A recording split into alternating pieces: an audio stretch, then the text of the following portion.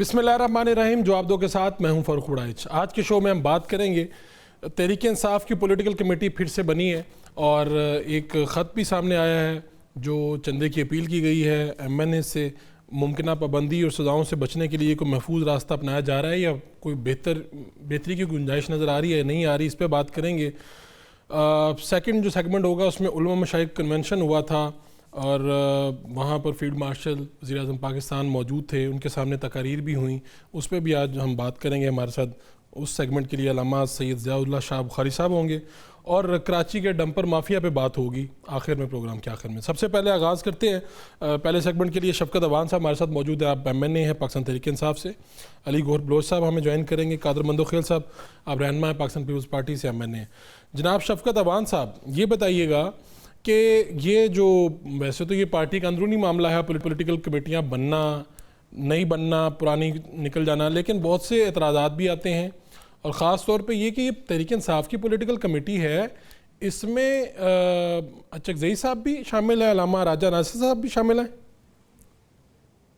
دیکھیں جی, علامہ راجہ ناصر صاحب اور اچکزئی صاحب دونوں جو ہیں وہ سینٹ میں اور قومی اسمبلی میں ہمارے لیڈر آف اپوزیشن ہیں.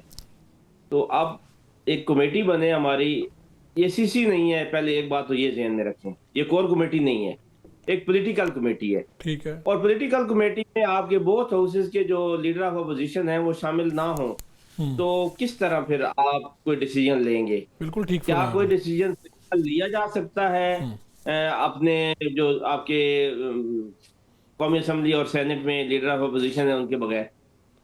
اور انہوں نے اپنی جو دونوں کی پارٹیاں ہیں یہ بھی ضم ہو گئی ہیں تحریک انصاف میں, ویسے ہی پوچھ رہا ہوں اپنی معلومات کے لیے. یہ نہیں, ایسا کچھ نہیں ہے. ابھی تک انہوں نے کوئی ایسا کہ ہماری پارٹیاں ضم ہیں پاکستان تحریک انصاف میں. وہ تو اپنی جگہ پہ سٹینڈ کر رہے ہیں, لیکن ہمارے الائز ہیں اور ہمارے ساتھ صرف الائز کی تک بات نہیں رہ گئی بلکہ وہ ہمارے لیڈر آف اپوزیشن ہیں بوتھ ہاؤسز. تو پھر ڈیفینیٹلی کوئی ایسی کمیٹی بنے گی تو وہ اس میں ہوں گے.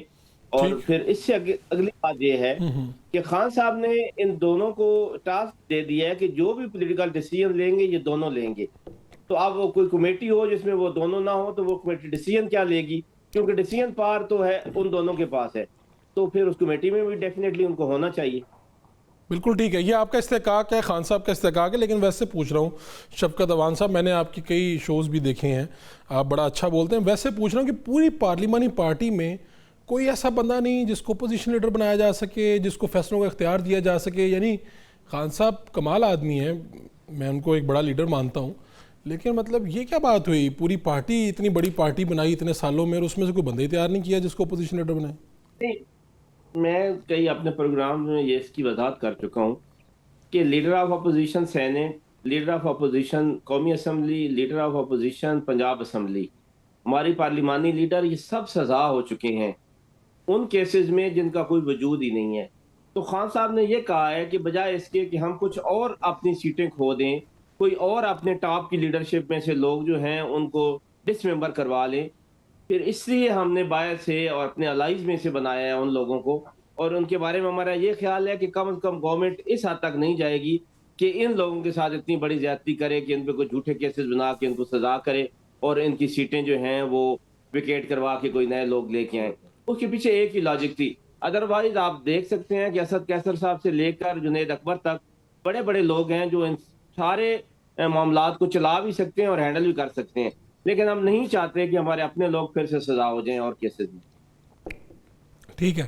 اور پارٹی کے یہ جو خط آیا ہے اس وقت پارٹی کو مالی بحران کا بھی سامنا ہے, مشکلات کا بھی سامنا ہے, وہ تو نظر بھی آ رہی ہے. حکومت آپ کے اس طرح سے حق میں نہیں ہے, لیکن یہ آپ لوگ فنڈز وغیرہ دے رہے ہیں, اپنی تنخواہوں میں سے 10% پارٹی فنڈ دینے کی ہدایت کی گئی ہے پارٹی کی طرف سے, یہ صحیح ہے خط؟ جی میری تو ابھی نظر سے نہیں گزرا, لیکن اگر کوئی فنڈ مانگے تو ہم کیوں نہیں دیں گے؟ پاکستان تحریک انصاف کے لیے ہماری جان بھی حاضر ہے. یہ فنڈنگ کرنا تو یہ ہماری ڈیوٹی میں شامل ہے اور ہمیں کرنا چاہیے بطور پارٹی کے M N As, M P As ضرور کریں گے اگر وہ کوئی ڈیمانڈ کریں گے. اب راستہ کیا ہے اوان صاحب, جہاں پر آ کے کھڑے ہیں, جو پریس کانفرنس ہوئی ہے, پھر اس کے نتیجے میں آپ کے کچھ رہنما تو بہت ہی اچھا بولے ہیں, کچھ جلسہ بھی ہوا, وہاں پر بھی باتیں ہوئیں. راستہ کیا ہے؟ آپ کو لگتا ہے کہ یہ جو معاملہ چل رہا ہے، یہ کہیں پہ کوئی آپ سے کوئی بات چیت کا معاملہ بھی نکلے گا، کوئی چیزیں نرم پڑیں گی؟ پھر اس کے بعد خان صاحب کی بہنوں والا بھی معاملہ آیا ڈیالہ کے باہر. لیکن یہ عدالت تو اس ملک میں رہ نہیں گئی. آخری راستہ ہوتا ہے عدالت کا راستہ، اور میں افسوس سے یہ کہہ رہا ہوں، اور بطور وکیل میرے لیے یہ بڑا تکلیف دہ ہے، اور بھی کہنا ہر پاکستانی کے لیے تکلیف دہ ہے کہ پاکستان میں عدالت نہیں رہ گئی. لیکن عدالت رہ نہیں گئی، ہم عدالت کا دروازہ بھی کھٹکا چکے. ہم آئین اور قانون میں رہتے ہوئے جتنی کچھ کر سکتے تھے وہ سارا کچھ کر لیا.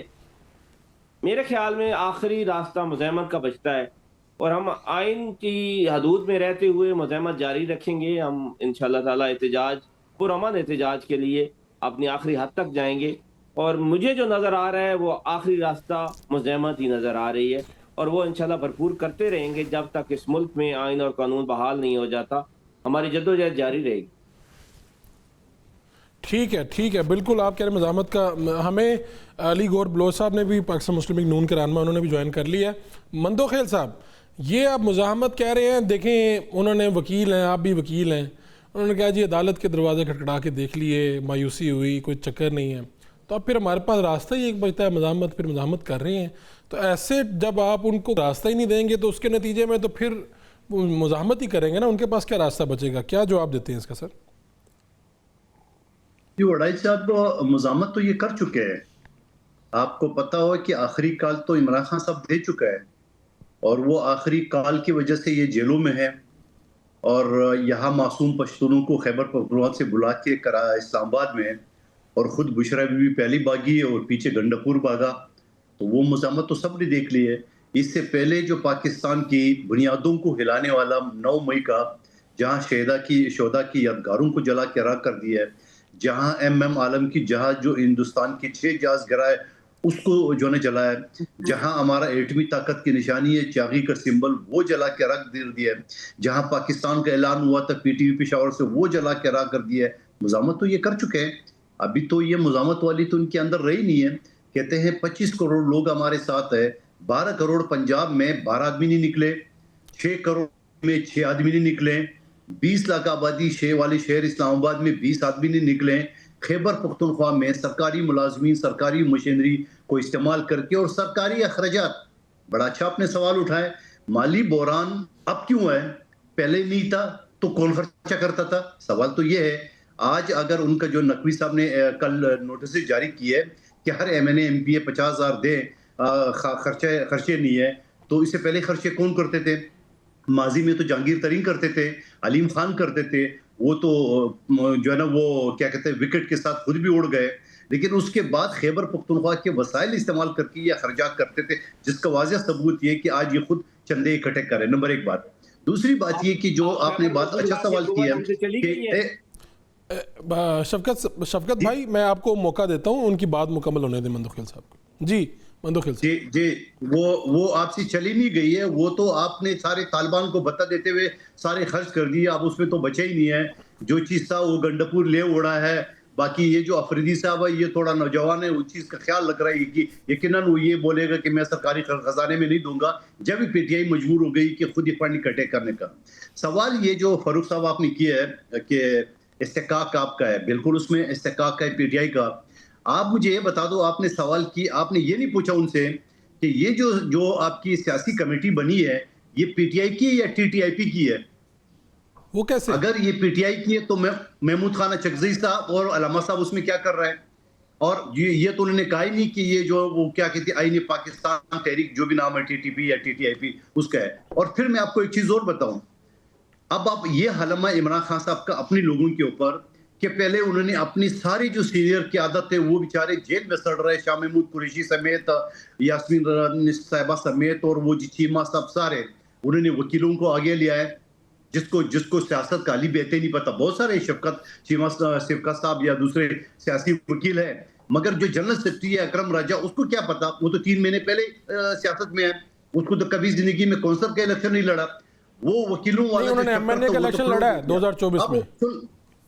ہاں 24 میں کہنا، میں 24 سے پہلے 3 مہینے پہلے آیا نا، یہ تو بتا رہا ہوں. اور یہ نواز شریف صاحب کو وکیل بھی رہا ہے، اب کرو اس کے اوپر بھروسہ. اس کے بعد انہوں نے کیا کیا کہ اپنی پی ٹی آئی میں کسی اپوزیشن لیڈر بناتے سینٹ میں یا قومی اسمبلی میں, انہوں نے اچکزئی صاحب اور علامہ صاحب کو بنایا, اس کو بھی چھوڑیے. پھر یہ کہتے تھے کہ ہمارا جھگڑا جو نا باجوہ سے فوج سے نہیں ہے, پھر وہ کہتا ہے ہمارا جھگڑا عاصم منیر سے فوج سے نہیں ہے. وہ جو ان کے کورس کر رہے تھے عادل بازی صاحب, جس نے اپنی سارے نقصانات پی ٹی آئی کی لکھی ہے, اور ثناء اللہ مستی خیل صاحب ہمارے ساتھ پچھلی اسمبلی میں تھے, وہ تو جان کی بازی لگاتے ہوئے ہم سے روز جھگڑا کرتے تھے. ان دونوں نے جب ڈیفنس کا کورس کیے, جو کہ آرمی کا ایک یونیورسٹی ہے جہاں میں نے خود کوشش کی ہے, مجھے داخلہ نہیں مل سکا, وہ کہتا ہے یہ صادق میر جعفر ہے, غدار ہے, یعنی اپنے لوگوں کو تو غدار ڈکلیئر کرا, اسی وجہ سے ان کو وکیلوں کے بعد آپ دوسری پارٹیوں کو جو ہے نا وہ قیادت سونپیں گے. یہ سر ہے. باقی رہ گئی یہ مزاحمت, چلو مزاحمت میں دیکھ لیتے ہیں, پہلے بھی ہو چکا ہے مزاحمت آپ کے سامنے, آگے دیکھیں گے مزاحمت کتنا کریں گے. چلیں ٹھیک ہے. میں شفقت بھائی آپ کے پاس آتا ہوں, لیکن علی گور صاحب آئے ہیں. بلوچ صاحب بات یہی ہو رہی تھی, شفقت صاحب کہہ رہے تھے, میں نے ان سے پوچھا کہ یار آپ کی پارٹی پہ مشکل حالات بھی ہیں, آپ ایم این اے سے پیسے بھی کہہ رہے ہیں, بالکل آپ کا حق ہے, آپ کے جو اپوزیشن لیڈر ہیں سینٹ میں قومی اسمبلی میں وہ بھی پارٹی سے نہیں, تو انہوں نے بتایا کہ جس کو بھی بناتے ہیں اس کو یہ نااہل کر دیتے ہیں, عدالت سے امید کوئی نہیں ہے, تو جائیں کہاں, اور پھر مزاحمت کا ایک راستہ ہمارے پاس بچا ہے. علی گور صاحب میں چاہوں گا آپ کی طرف آؤں, یہ بتائیے گا اس کے اوپر. بسم اللہ الرحمن الرحیم.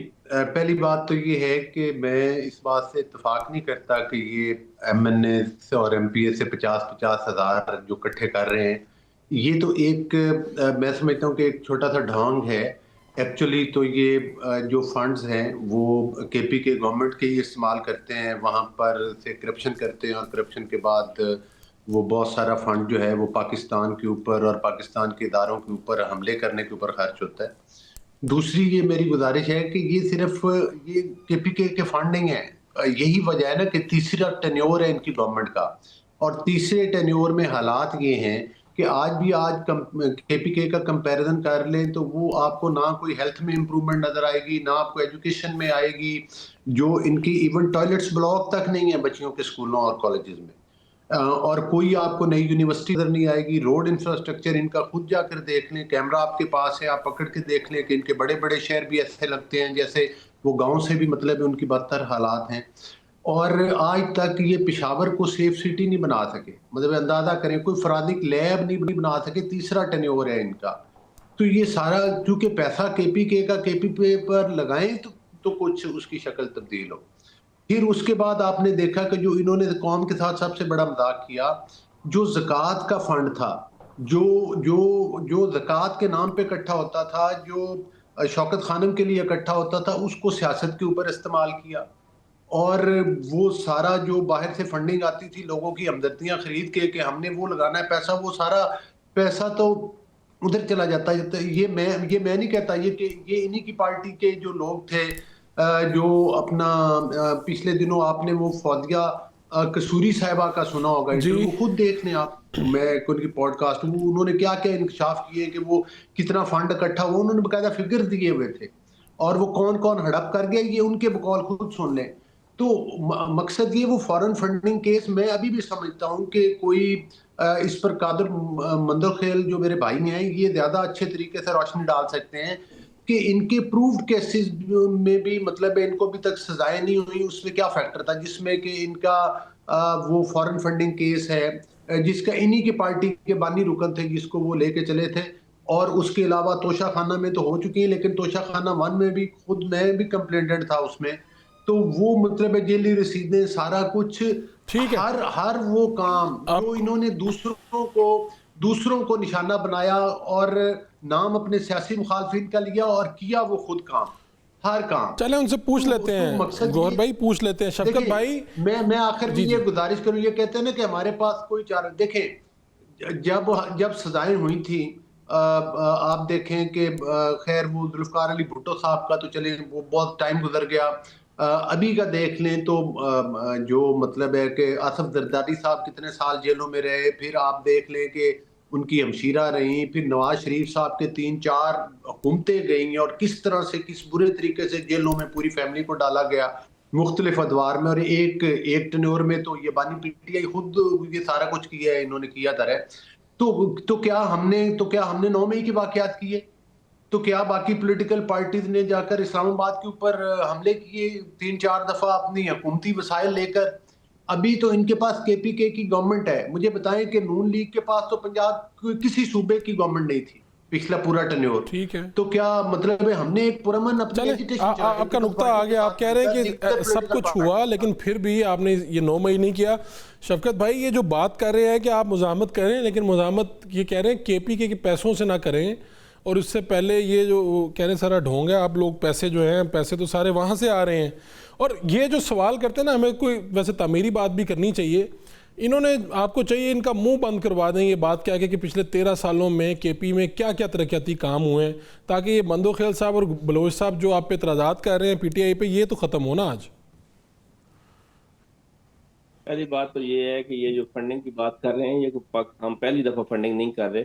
ہم نے پچھلے سال بھی سارے MPAs اور MNAs نے بڑی ٹھیک ٹھاک اماؤنٹ جو ہے وہ پارٹی فنڈ میں دی ہے, اور پھر اسی سے پارٹی چلتی ہے. ان کو انفارمیشن ہوتی نہیں اور ڈس انفارمیشن پھیلانے کا شوق ہے میرے دونوں بھائیوں کو. دوسری بات یہ ہے کہ 9 مئی کرتے کرتے اب تو کان سنتے ہمارے کان پک گئے ہیں. اور بھائی کیوں نہیں بناتے آپ اس پہ جوڈیشل کمیشن؟ پہلے دن سے ہم نے کہا تھا جوڈیشل کمیشن بنائیں, اور جوڈیشل کمیشن میں دودھ کا دودھ اور پانی کا پانی ہو جائے گا. وہ تو آپ نے بنانا نہیں, آپ کے اندر چور ہے. آپ کو پتہ ہے جب جوڈیشل کمیشن بنے گا اور ساری حقائق سامنے آئیں گے تو اس کا گلٹی تو کوئی اور ہوگا. 9 مئی کے جب مجرم ہوں تو ہمیں سزا ضرور دیں. بلکہ خان صاحب نے تو یہ بھی کہا کہ آپ جوڈیشل کمیشن بنائیں اور میں معافی مانگوں گا اگر ہم اس میں ملوث پائے گئے. تو کتنا بڑا چانس تھا آپ کے پاس, پوری دنیا میں آپ سرخرو ہو جاتے. آج جو پوری دنیا آپ کے سامنے آپ کا مذاق بنا ہوا ہے اور آپ کو ان جھوٹے کیسز پر لان تان ہو رہی ہے, اور خان صاحب پہ جو آپ سختیاں کر رہے ہیں اس پہ ہیومن رائٹس کی جو کمیٹیز ہیں وہ آپ کو کیا کیا کہہ رہی ہیں. تو آپ بتا دیتے کہ جی یہ جوڈیشل کمیشن بنا ہے, انہی کے کہنے پہ بنا ہے اور اس کی یہ رپورٹ ہے. لیکن اندر کا چور تھا آپ کے, اس نے آپ کو وہ تو کرنے نہیں دیا, اور نہ اللہ نے آپ کو سرخرو کرنا تھا, نہ آپ ہو سکے. آپ یہ 9 مئی کا ڈرامہ پھر ایسے ڈرامہ ہی چلنا ہے اور چلتا رہے گا جب تک آپ اس کو کھینچ کے لے جائیں گے. کیسز کی حقیقت تو یہ ہے کہ عمر ایوب صاحب ہری پور میں بیٹھے تھے, وہ فیصل آباد میں بھی سزا ہو گئے, وہ لاہور میں بھی ہو گئے, وہ سرگودا میں بھی ہو گئے, اور وہ ہر جگہ پہ سزا ہو گئے. ایک بندے کی یہی کہانی ہے. پھر میں نے یہ ٹرائل کیے ہیں اور بڑی لمبی کہانی ہے, میں پہلے سنا چکا ہوں شوز میں. بڑا لمبا ٹائم اس پہ لگے گا کہ ایسی ریڈیکولس باتیں ہیں کہ وہ اگر کریں گے تو پھر پورے پاکستان کے سر شرم سے جھکتے ہیں کہ ہمارا جوڈیشل سسٹم اتنا واحیات ہو گیا ہے.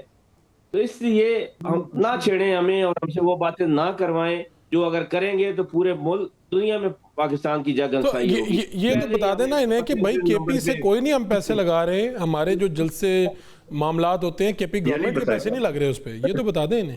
نہیں, KPK کے جو پیسے آج ہمارا CM نہیں ہے کیا؟ آج بھی تو ہمارا CM ہے نا جی KP میں. اگر سہیل آفریدی کیا کو کسی اور پارٹی کا CM بن گیا ہے کہ آج وہ فنڈنگ نہیں کر رہا اور پہلے فنڈنگ ہو رہی تھی؟ بالکل ایسی بات نہیں ہے. پہلے بھی پارٹی کے لوگ فنڈنگ کر رہے تھے اور پھر بھی کریں گے انشاءاللہ تعالی جب بھی پارٹی کو ضرورت ہو. چلیں ان سے بھی پوچھتے ہیں ان کی پارٹیوں میں کیا ہوتا ہے. پارٹی چلانے کے حق میں نہیں ہے. ٹھیک ہے بھائی. ایک تو یہ کہ انہوں نے نظامات کی تردید کی ہے. مندوخیل صاحب وہ کہہ رہے ہیں بھائی ہم خود دیتے ہیں پیسے MNAs MPAs اپنی خوشی سے. آپ کی ویسے پارٹی میں کس طرح سے چلتے ہیں ایونٹس وغیرہ؟ آپ لوگ بھی پیسے دیتے ہیں پارٹی کو یا کس طرح سے چلتا ہے کام؟ جی بالکل, ہم ایونٹ پہ ابھی 27 دسمبر کو بے نظیر بھٹو شہید کی برسی ہے. کل ہمارا اجلاس تھا دوپہر 4 بجے سے لے کے رات تقریباً 10 بجے تک, اور وہاں تمام MPA MNA منسٹروں کے اوپر اور ہمارے جو چیئرمین ہیں ان کے اوپر باقاعدہ یہ ذمہ داری ڈالی گئی ہے کون کتنا بسیں دے گا, کون کتنا خراجات دے گا. اور ہر ایونٹ پہ ہمارا اس طرح اجلاس ہوتا ہے اور اجلاس میں کنٹریبیوشن ہوتا ہے. ہمارا طریقہ یہ ہے پارٹی کا. باقی اچھا ہوا ہمارے بھائی علی گور بلوچ صاحب نے گین میری طرف دیکھا, اور شفقت عوان صاحب جو ہے نا ماشاءاللہ یہ بھی بڑے اچھے سینئر وکیل ہے, تو جو قانونی نکات اس نے اٹھائے تو اب یقیناً عام لوگ یہ نہیں سمجھے گے کہ شفقت عوان صاحب نے بڑی زبردست باتیں کی ہے. زبردست تو میں بھی کہوں گا, لیکن یہ صرف عوام کو دھوکہ دینے والی باتیں کر رہا ہے. یہ کہتے ہیں جوڈیشل کمیشن بناؤ. آپ مجھے بتا دو کہ کیا اس کیس میں GIT نہیں بنی تھی؟ 9 GIT.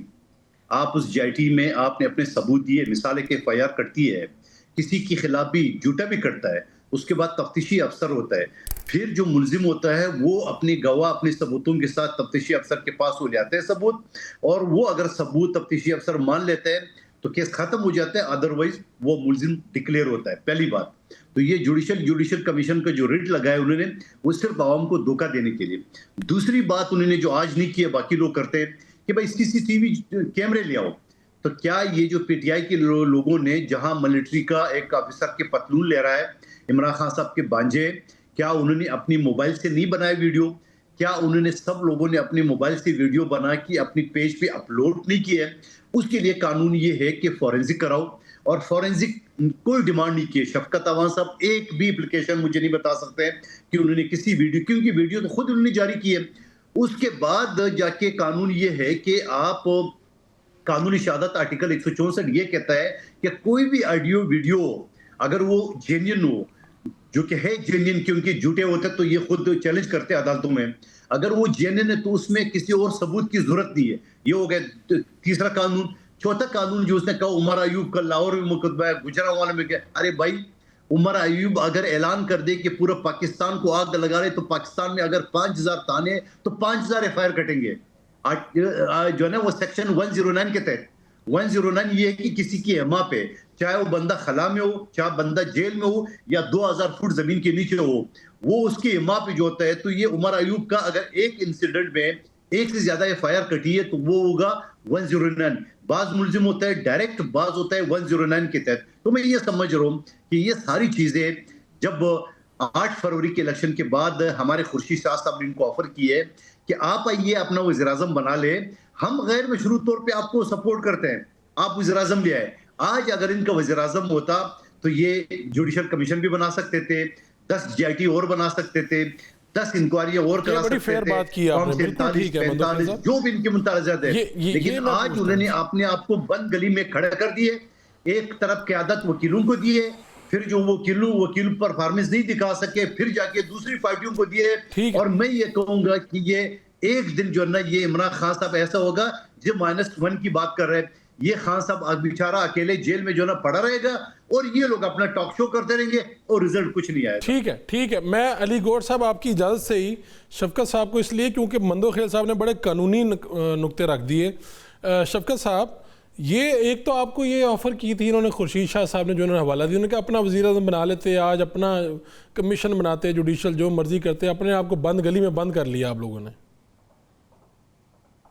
دیکھیں ان بیچاروں کی جرات نہیں ہے کہ یہ ہمارے ساتھ کھڑے ہو سکتے. پہلی بات تو یہ ہے، یہ بڑی بڑی بڑکیں مارتے ہیں اسمبلی میں، بڑے بڑے باتیں کرتے ہیں، اور جب ووٹ دینے کی باری آتی ہے تو یہ گورنمنٹ کے ساتھ کھڑے ہوتے ہیں. ان کو کہا جاتا ہے یہ آپ نے کرنا ہے. جب بھی کوئی یہ جو بل پیکا ایکٹ جب آیا تھا، انہوں نے وہ تقاریر کی کہ مجھے یہ لگ رہا تھا کہ ان سے بڑا تو جمہوری ہے ہی کوئی نہیں، اور یہ تو کسی صورت میں ووٹ نہیں دیں گے، کیونکہ میں تو نیا بندہ تھا. میرے سارے ساتھیوں نے کہا ان کی تقریریں نہیں سننی، ابھی ووٹنگ ہوگی تو یہ دیکھنا سارے اٹھ کے ان کے ساتھ کھڑے ہوں گے. بہرحال میری ان کے ساتھ کافی بحث و تکرار ہو گیا اپنے دوستوں سے کہ یار یہ دیکھیں سارے ہمارے حق میں تقریریں کر رہے ہیں اور جو ہم باتیں کر رہے ہیں وہی کر رہے ہیں، یہ کسی صورت میں ووٹ نہیں دیں گے. تو انہوں نے کہا تھوڑی دیر صبر کر جاؤ. وہ پھر ووٹنگ ہوئی اور یہ سارے اٹھ کے کھڑے ہوئے تھے. تو میرا تو ایمان ہی اٹھ گیا اس دن پاکستان پیپلز پارٹی سے. پہلے بھی کوئی ڈگمگایا ہوا تو تھا کہ جمہوریت نام کی ان میں کوئی چیز نہیں ہے، لیکن اس دن کے بعد میں تو ان کو اللہ ہی حافظ ہے ان کا. پھر کئی موقعوں پر ان کی تقاریر جب سن لیتے ہیں تو کیا بات ہے. آپ کہہ رہے ہیں تقریریں حکومت کے خلاف کرتے ہیں، ووٹ انہی کو دیتے ہیں.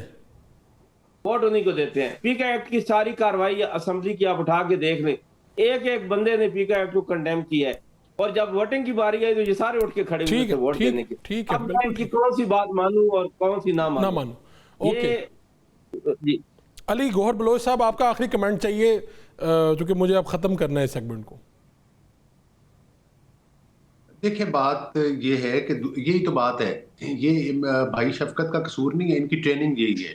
ان کا لیڈر نے سکھائے یہ کہ جھوٹ پہ جھوٹ بولتے جاؤ، اتنا جھوٹ بولو کہ شاید گمان ہو کہ یہ سچ کہہ رہے ہیں، اور اپنے سیاسی مخالف کو ہمیشہ گالی دو.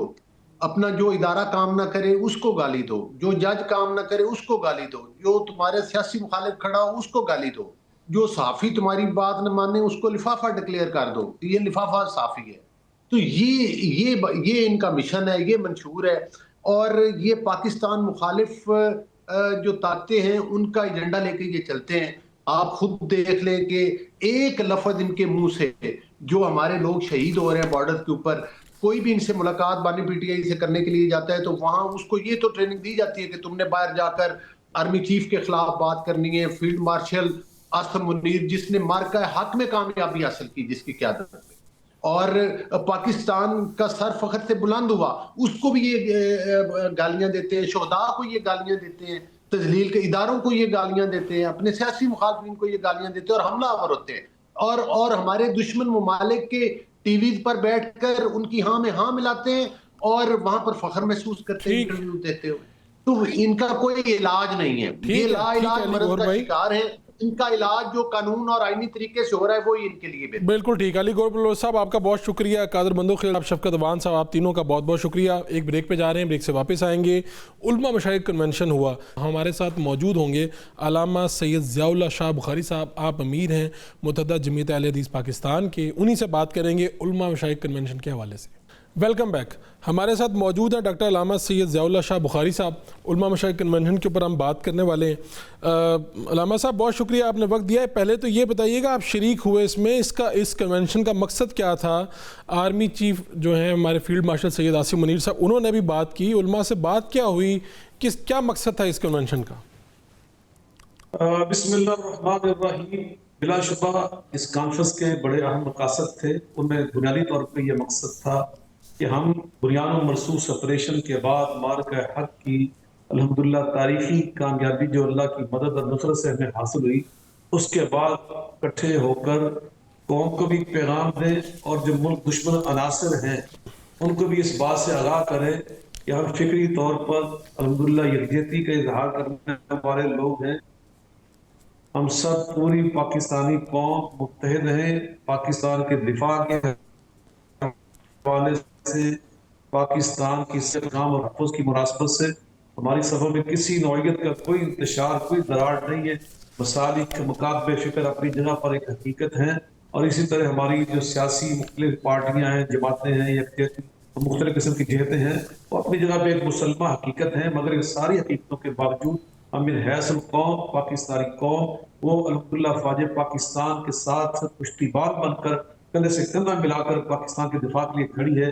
تو الحمدللہ اس میں آپ نے دیکھا کہ تمام مکاتب فکر کے قائدین وہاں موجود تھے, تمام مکاتب فکر کے جید علماء کرام وہاں موجود تھے, بڑے بڑے مدارس اور جامعات, ان کے محتمین, ناظمین اور ان کے صدر وہاں تشریف فرما تھے. اور سب نے اپنے جو وہاں پر جو ترجمان تھے تمام مکاتب فکر کی جانب سے, ان سب نے جب خیالات کا اظہار کیا, تائیدی طور پر جناب فیلڈ مارشل عزت مآب جنرل حافظ سید آصم منیر صاحب کی گفتگو کے بعد اور پرائم منسٹر جناب میاں محمد شہباز شریف صاحب کی گفتگو کے بعد, تو آپ نے محسوس کیا, پورے میڈیا کے سامنے یہ چیزیں نشر ہو چکی ہے کہ الحمدللہ پوری قوم اس کو یہ انڈیا دے رہی تھی, پوری پاکستانی قوم کی جانب سے یہ پیغام جا رہا تھا کہ یہ پاکستان کا ایک بہترین دور ہے اس حوالے سے کہ یہاں پاکستان کے دفاع اور استحکام کی مناسبت سے ہماری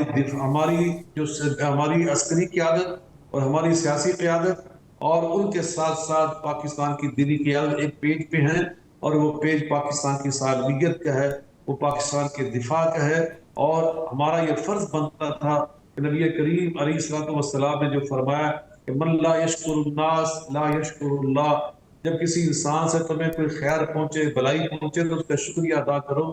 یاد رکھو جو بلائی پانے والوں, بھلائی دینے والوں کا شکریہ ادا نہیں کرتا وہ اللہ کا بھی ناشکرہ شمار ہوتا ہے. تو افواج پاکستان کی قربانیوں سے, بے مثال قربانیوں سے, ان کے ایثار سے, اور ہمارے بہت بڑی تعداد میں ہمارے فوجی نوجوانوں کی شہادتوں سے اللہ پاک نے ہمیں جس انداز سے مارکہ حق میں سرخرو فرمایا, عزت عطا فرمائی, سرفرازہ, یہ اس کا حق تھا, علامہ صاحب بالکل ٹھیک ہے, آپ نے شکریہ ادا کیا, پاک افواج کا بنتا بھی تھا. مفتی منیب الرحمان صاحب کا ایک سوشل میڈیا پہ بیان چل رہا تھا, کیا یہ وہاں پر بات ہوئی کہ آپ نے پاکستان کو مدارستان بنانا ہے, یا یہ صرف سوشل میڈیا کی باتیں ہیں؟ یقیناً وہاں پر یہ بات اس انداز سے میں سمجھتا ہوں کہ بعد کا جب انسان وہاں موجود نہیں ہوتا تو وہ بات جب وہاں تک پہنچتی ہے تو اس کے بعد الفاظ بدل جاتے ہیں اور جو اس کا سیاق و سباق ہوتا ہے وہ سامنے نہیں آتا. ہم تو الحمدللہ وہاں موجود تھے, مفتی عبدالرحیم صاحب جیسے اکابر وہاں موجود تھے, جو مدارس کو الحمدللہ بڑی البتہ جو اس کے بانیان ہیں, بڑے مدارس کے وہ ذمہ داران ہیں, سب وہاں موجود تھے. تو یہ اس انداز سے بات نہیں, وہ یہ بات ہوئی تھی کہ ہمیں اچھے مدارس بنانے چاہیے, اور جو ایک مثالی ادارے ہیں 10 گاہیں ہیں دین کے نام پر قائم ہونے والی, ان کا نظم و ضبط بہت ہمیں بہتر بنانا ہوگا, اور ہمیں دینی مدارس کا جو نصاب ہے اسے اصلی تقاضوں کے ساتھ ہم آہنگ کرنا ہوگا. تو اس حوالے سے یہ بات کی گئی تھی کہ ہمیں یہ جو اس طرح کے مدارس ہیں کہ جن کی جو سماج میں, معاشرے میں, اس کا مجھے علم نہیں ہے. ٹھیک, آپ کہہ رہے ہیں جس طرح بات سوشل میڈیا پہ آئی ہے وہاں پر اس طرح سے نہیں ہوئی تھی, بات ان تک جب پہنچی ہے تو اس کا تھوڑا سا مفہوم بدل گیا. یقیناً جب سیاق و سباق کے بغیر بات پہنچ گئی, چونکہ میں نے مفتی منیب الرحمان صاحب کے ساتھ بہت ساری ایسی کانفرنس میں الحمدللہ شمولیت کی ہے, اور ہمیشہ ان کا جو وہاں موقف ہوتا ہے انتہائی پازیٹیو ہوتا ہے, پاکستان کی محبت پر مبنی ہوتا ہے, افواج پاکستان کے ساتھ ہمیشہ یکجہتی کے اظہار کے ساتھ ہوتا ہے. وہ انشاءاللہ پاکستان کے دفاع اور پاکستان کے استحکام کے ساتھ ہمیشہ ہی مخلص رہے. تو میں اس بنیاد پہ کہہ سکتا ہوں کہ اگر وہ وہاں خود تشریف فرما ہوتے ہیں, وہ سیاق و سباق کے سامنے ہوتا ہے, بالکل ٹھیک, پورا ماحول اگر کی آنکھوں کے سامنے علامہ صاحب آپ کا جو دھواں دار خطاب تھا وہ تو اب پورے سوشل میڈیا پہ وائرل ہو چکا ہے. آپ نے کہا کہ ہم کسی نام نہاد سیاستدان کو اجازت نہیں دیں گے, اور پھر آپ نے کہا کہ فیلڈ مارشل ہوں یا کوئی سپاہی بھی ہو تو ہم کسی کے خلاف بات کرنے کی اجازت نہیں دیں گے. آپ نے نام نہاد سیاستدان یعنی اس میں اپوزیشن, حکومت, سب کو یہ بات کہی ہے نا. آپ یعنی آپ نہیں چاہتے کہ کوئی سیاستدان پاک افواج کے خلاف بات کرے, ہم بھی نہیں چاہتے. ویسے آپ نے یہ کہا, یہ بہت خوبصورت بات آپ نے کہی, اللہ آپ کو اجر عظیم عطا فرمائے. آپ میرے اس جملے کی روح تک پہنچے. یقین اللہ نے آپ کو بصیر و فراست عطا کی ہے. یقیناً ہمارا یہی موقف ہے, اور ہمیشہ سے یہ موقف, آج کا یہ موقف نہیں ہے. ہم نے پچھلے ادوار میں بھی کہا, میری تقریر نکال کر دیکھیں, میں نے ہر دور میں یہی بات کہی ہے کہ پاکستان کا دفاع مضبوط رہنا چاہیے. ہمارے اوپر حملہ آور تھا, کس سے ہم توقع لگا کے بیٹھے ہوئے تھے؟ ہماری امیدیں اللہ کی مدد کے بعد, اللہ کی نصرت کے بعد کس سے تھی؟ ہماری اسی دفاعی ادارے سے تھی. اور ہمیں الحمدللہ آج دنیا کے اندر جو اللہ نے سرخرو فرمایا, آج اندازہ لگائیں کہ بنیاد مرصوص کے بعد اللہ نے ہمیں حرمین شریف فین کے محافظ ہونے کے اعزاز عطا کر دیا ہے. آج پوری اسلامی دنیا کے آپ ہیرو بن چکے ہیں. آپ پوری آج عالمی برادری کے اندر آپ دیکھیں آپ قد کاٹ کہاں پہ پہنچ چکا ہے الحمدللہ. بالکل بے شک آپ ٹھیک فرما رہے ہیں, بالکل ٹھیک فرما رہے ہیں. تو آج فیلڈ مارشل صاحب ملاقات کرنا اپنے لیے باعث شرف سمجھتے ہیں. تو اس لیے میرا جو کہنا تھا وہ سب کے لیے, آپ نے سچ بات کہی. آپ کو لگتا ہے کہ ہونا چاہیے کہ اس کا آپ تو یعنی فیلڈ مارشل کی قیادت میں پھر آپ کو لگتا ہے کہ پاکستان مزید ترقی کرے گا؟ بالکل, ہم تو یہ سمجھتے ہیں پاکستان کا دفاع مضبوط ہے, یہ دفاعی ادارے مضبوط ہیں, پاکستان مستحکم ہے, تو یقیناً ہماری ترقی کے دروازے کھلتے, ہماری خوشحالی کے دروازے کھلتے. اس میں کوئی دوسری رائے ہو نہیں سکتی. آپ پر کچھ لوگ آپ پہ تنقید کر رہے ہیں, مجھے نہیں اچھا لگ رہا آپ پہ تنقید اس طرح سے ہو رہی ہے, لیکن بہرحال تنقید ہے. کچھ لوگوں نے کہا کہ آپ نے کوئی استثناء کا سوال نہیں پوچھا کہ شریعت میں اس کی اجازت ہے یا نہیں ہے, یعنی صدر مملکت کے استثناء کی بات ہو رہی ہوگی یہاں پر ڈیفینیٹلی. تو اس حوالے سے آپ کے ویسے رائے کیا ہے؟ ہر چیز کے لیے الگ الگ فورم موجود ہیں. ٹھیک ہے, سینٹ موجود ہے, آپ کی اسمبلی موجود ہے, آپ کے سارے صوبوں کے اندر اسمبلیز موجود ہیں, آپ کا اسلامی نظر ادارہ موجود ہے. تو یہ بہت سارے سوالات ہیں. اب کتنی چھوٹی سے مختصر سے ٹائم میں, اب میں نے 2-3 منٹ میں تقریر کی, 2-3 منٹ ٹھیک ہے, آپ کہہ رہے ہیں ہر بات تو نہیں ہو سکتی تھی وہاں پر. اب 2-3 منٹ کے اندر سارے مسائل کے احاطہ تو ہو نہیں سکتا. نہیں ہو سکتی, یہ چھوڑ دیا, وہ کر دیا, تو یہ تو بات نہیں ہو سکتی. ہم نے تو وہاں ایک خلاصے کے طور پہ بات کہی ہے کہ ہمیں اپنے ادارے کی اس قربانی پر جو بنیاد بالکل کسی ہم سب پاک افواج کے ساتھ کھڑے ہیں, حاصل کی ہے, بالکل درست فرما رہے ہیں. شاباش کریں, ہم نے تقسیم کرنی ہے. ٹھیک ہے علامہ صاحب, میں صرف یہ پوچھنا چاہ رہا ہوں اگر آپ کو موقع ملے گا تو آپ اس طرح کے سوالات ضرور کریں گے جو نہ پوچھنے کی وجہ سے آپ پہ تنقید ہو رہی ہے.